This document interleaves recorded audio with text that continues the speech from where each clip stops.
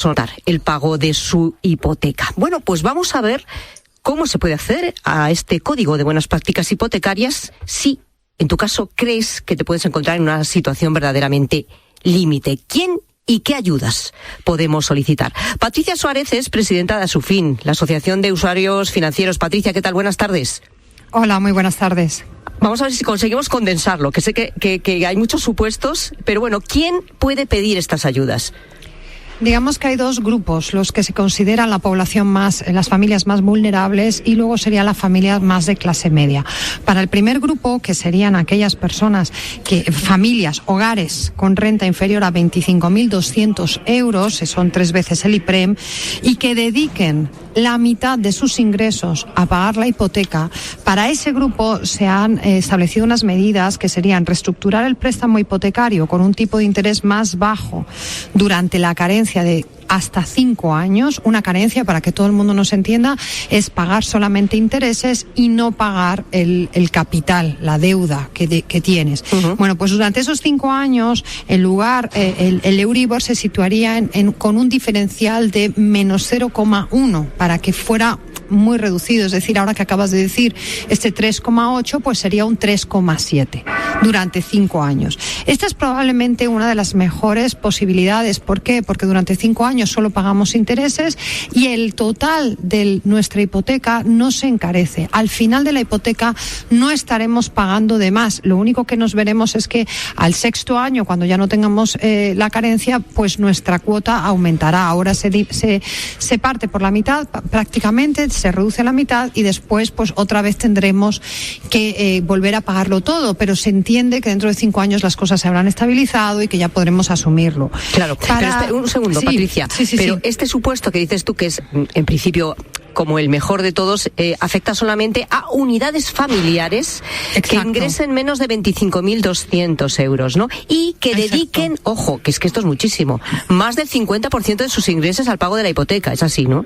Exacto, es así.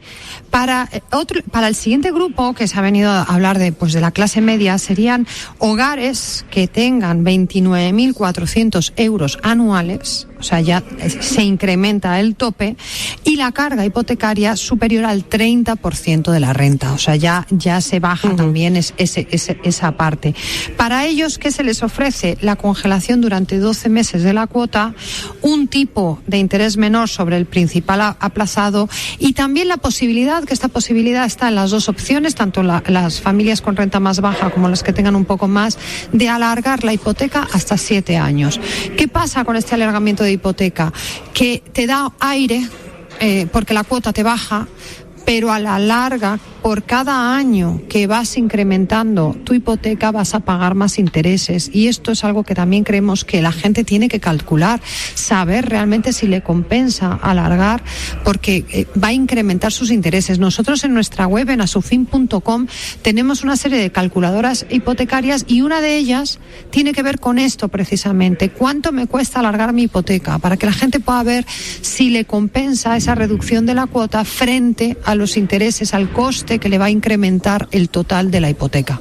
Cuando hablas en este caso de que habría una congelación de la cuota los 12 primeros meses, entiendo que se trata de que si te toca revisión, no te la revisan y te quedas con la cuota que estabas pagando hasta este momento, ¿no? Exacto. A mí esta es una de las soluciones que hubo quien las criticó, pero a mí no me parecía nada mal, porque realmente el Euribor ya subió el año pasado y de alguna manera es como que tanto el consumidor como el banco arriman el hombro, cada uno pone una parte. Si a ti ya te subió el Euribor el año pasado, ya te subió la cuota el año pasado y este año te la congelan, el banco no pierde, lo que pasa es que deja de ganar una parte pequeña de la cuota. Para mí esta era una salida que era bastante razonable, pero bueno, ya estamos viendo que solamente es para un tipo de familia, para el resto no, que tampoco me parece mal. Yo sí que creo que Estabais hablando antes de los precios, ¿no? Para mí, cada vez que bajamos el IVA, cada vez que bajamos el impuesto de los carburantes, en realidad se lo estamos bajando a todo el mundo, al que lo necesita y al que no, al que cobra mucho y al que cobra poco, al que está sobreendeudado y al que no.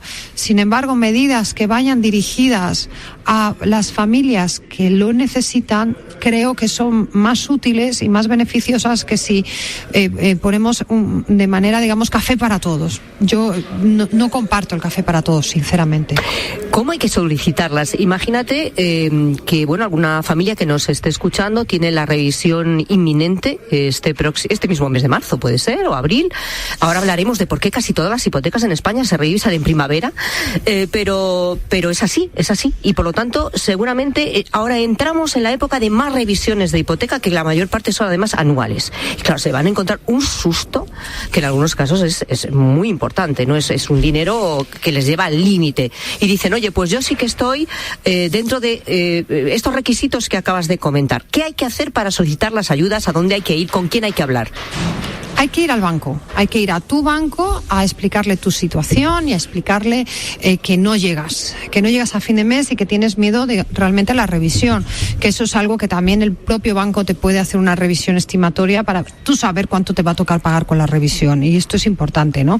Y si tienen dudas, nosotros desde luego desde Asufin estamos asesorando y estamos ayudando a mucha gente a tramitar.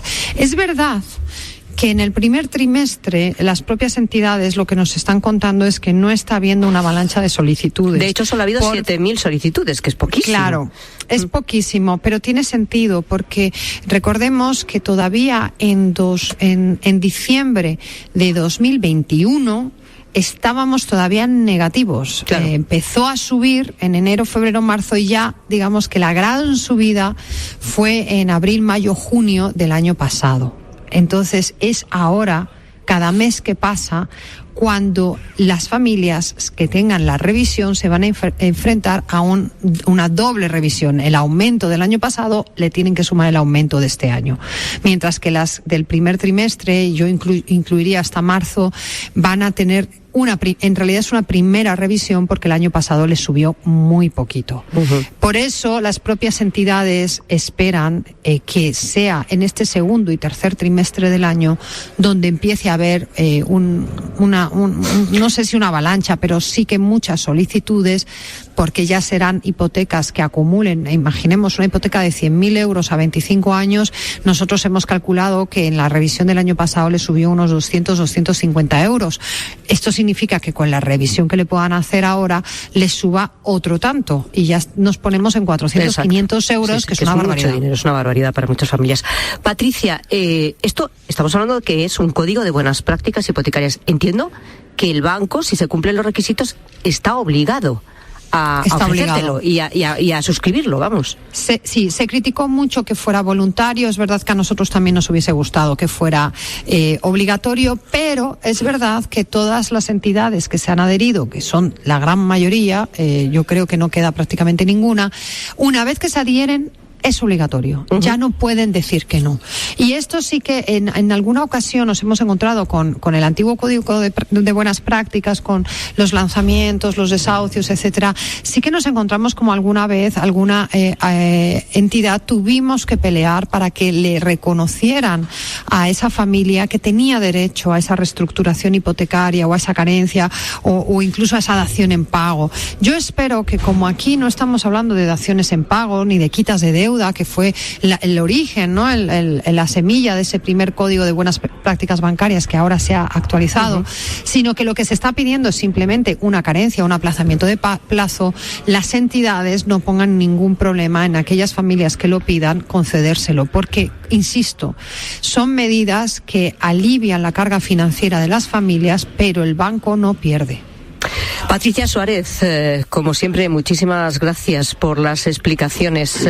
Buenas tardes. Muy buenas tardes, Pilar. Gracias a